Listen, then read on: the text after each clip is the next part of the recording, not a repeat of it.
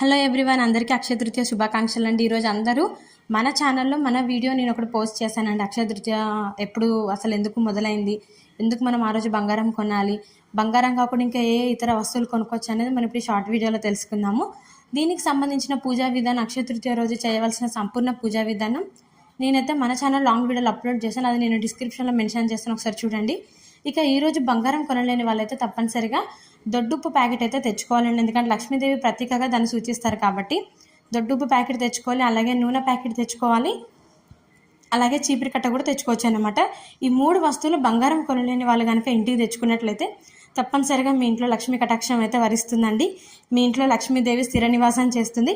ఒక్కసారి నేను చెప్పిన విధంగా అయితే ఈ 3 వస్తువులు మీరు తీసుకొని చూడండి. ఉప్పు ప్యాకెట్, అలాగే నూనె, అలాగే చీపురు కట్ట అయితే కొనుక్కొని మీరు ఒకసారి ట్రై చేయండి. Bye bye. వీడియో నచ్చితే లైక్ చేసి, షేర్ చేసి, సబ్స్క్రైబ్ చేసుకోండి. Bye bye.